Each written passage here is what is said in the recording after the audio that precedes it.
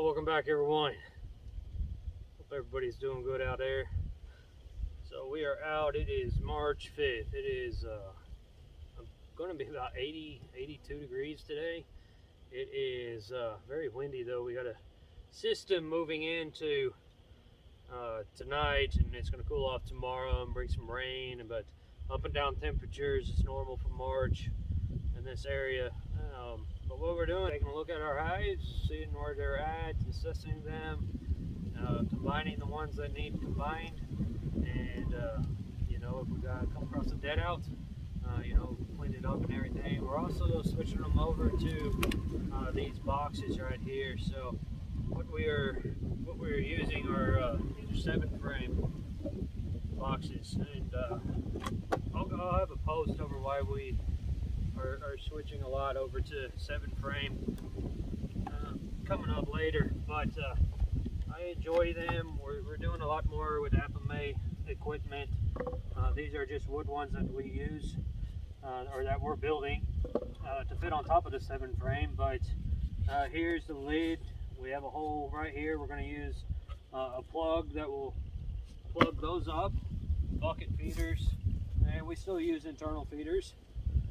And then over here, so we're going to transfer these girls right here over into this colony. Hopefully they have not built up into this medium, because I don't have a medium one of these, but we will check it out. If they have, then we'll leave them in this configuration, and the next time I'm out here I will change it out, but hopefully we can change them over into it. So what we have in here is a 7-frame box, a small entrance right here down at the very bottom, and as you can see, it's like 7/8 right there. We have a disc. We're only going to allow just a little bit, a bee or two, to get out. Inside down here, I don't know if you guys can see this, but down there in the front we have 4 little holes. They're a 1/4-inch hole. We put number 8 hardware cloth on them. Those are weep holes. And on the back we have them lifted up just a hair so that they tilt forward, and so that in the moisture, if we have moisture's ever a problem, which we don't really have a problem with, but if we do have moisture problems, then the water will drain through there. It is very windy out here today, so just want to remind you guys to take it precautions when you're out in your bee yard. We use this, our smoker's going. Hopefully you guys can hear me, but if not, we'll do a voiceover. But you know, keep it in a bucket. I've heard that the most common insurance claim isn't because of stings or the honey or cells or anything of that nature. It's actually fires. So we are dry, so just make sure that your smoker is protected, and you know, don't catch anybody's land on fire. Let's open these girls up though and see where they are going. We've already switched out this hive over here.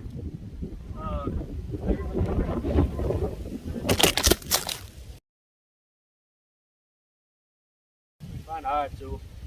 Always losing these things. They walk away, I swear. Alright, so the wind is just too much, so we're going to do a voice overlay. Here we have some pollen patty. We make our own. We use Man Lake Ultra Bee, pretty much the same recipe that they do. So let's get into these. They ate through their sugar cake that we put on. This was an 8x8 block. We had a video earlier of it. We put this back on in December. Alright, so let's take off the shim used for the sugar cakes and break into this top box. So the bees are all up here. They have started building. They're brooding up. Most of our colonies are brooding up. Food frame right there is going to go in. We decided to put the medium frames into this. I'll bring out a medium box. I'll get one built this week. We'll bring it out over the weekend and switch everything around. Give them 2 boxes. Hopefully the queen will move back down into the deep. Put the queen excluder on and run them like that. We are going to run these in a 7-frame single unit. That's how we run the Apame hives as is. We just use a queen excluder. So right here she has full cap brood. This colony is looking nice. They're going strong. We do not see any drone brood right now. There is some eggs and drone cells down there in the corner. Nothing is capped yet. It's just eggs and some drone brood. So it'll be any time before we start seeing drones. It's exciting. She had 4 frames of capped brood, a frame of food, and a partial frame of food. So they got food on them. We're going to go ahead and give them a little bit more food though. Just going to check down here in the bottom box, see where they're at. Alright, so they're not doing anything of this. Shake some of these bees off right quick, get them all in here. We'll pull these deep frames out of here, get the feeder taken out, and we'll put the feeder, the internal feeder inside this one. I left the bucket feeders at home. We were going to put bucket feeders on top of these, but we're going to put the internal feeders in here. We're going to give them a little bit of 1-to-1 syrup to get them stimulated a little bit. Put a little bit of pollen on there, the pollen patty that we make. That way they will, in these up and down temperatures, they will get nutrition, the protein that they need on them. We like to do that right now, and we'll do that through March and a little bit into April until the temperatures level out and they quit taking it. So we do have natural pollen coming in, a little bit of elm, there's a little bit of weeds coming up, a little bit of early maple, but it's not enough yet. Our main bloom won't be for another couple of weeks, so we want to get them stimulated and get them going. Now I'm going to find a frame. I'm going to put 6 frames in there. This is a deep frame, so there's 5 medium frames up here. We're going to give a deep frame right here next to the brood nest and make sure the queen has access to lay that up. Once we get this configured to the medium box on top, at next weekend, hopefully the queen has laid some of this and we're going to boost the colony over there on the left with it. They're a little bit on the small side. Once these start going here, in about a couple weeks, we're going to take these 2 colonies, we're going to move them in the same property, but we have about 15 other hives a little ways to the south of it, and we're going to use this area as a mating area. And so over there is going to be the mother hives for the drones and stuff. So we're going to see how this area is going to do. So right here, I'm just showing you, we got the medium food frame, a deep frame, and then the other 4 medium frames with the cap brood and food and an internal feeder inside. That's where we're going. That's the direction that we're headed. Here's something pretty cool. So grasshopper got in here.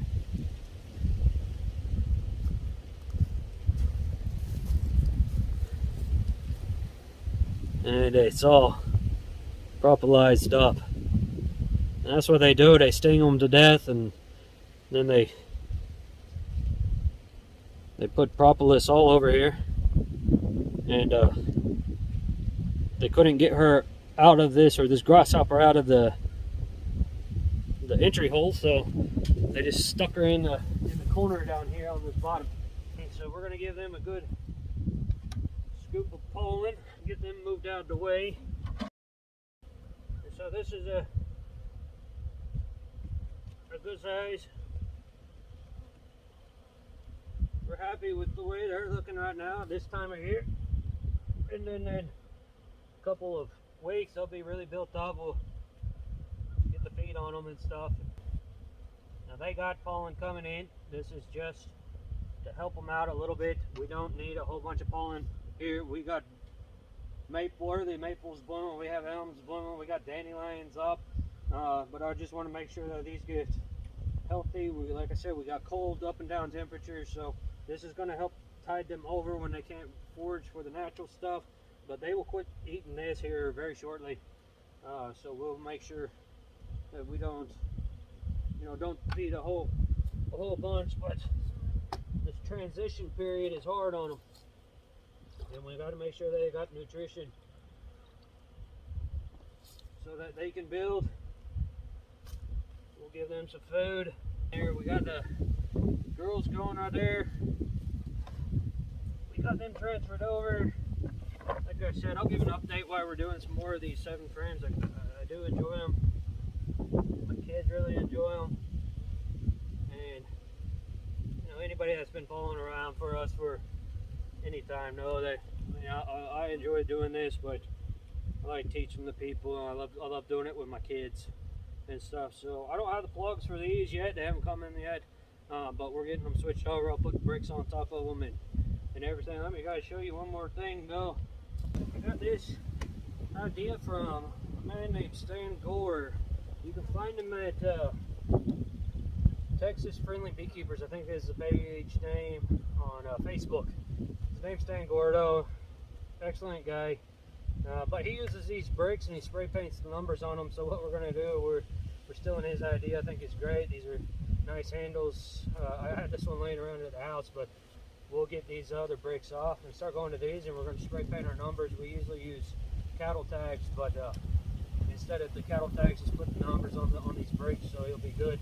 So these girls are looking for their entrance. They had a top entrance in that other hive on a medium one, and so that's where they're going to. But they will figure it out, and they will start using this entrance right down here. And so we're doing this. Like I said, it's going to be a nice day outside of the wind. It's going to be a really nice day, so they will get used to it. But we got to get going. We got a lot of hives to change over and a lot of hives to check and get done. But I hope you guys' bees are doing good. That's how ours are looking right now. Pleased with the majority of them. We got some of them on the really small side, and like I said, we're just going to combine them. They're not going to do anything. There's no point in nursing little bitty tiny dinks around. It's just not worth it. Get them combined, and then split here for a little while. When forage is coming in, and they can be split, your numbers will go up, and that way you're just not going to kill a hive. You're going to give them at least a chance. So, all right, well, thanks for watching. We will catch you on the next one.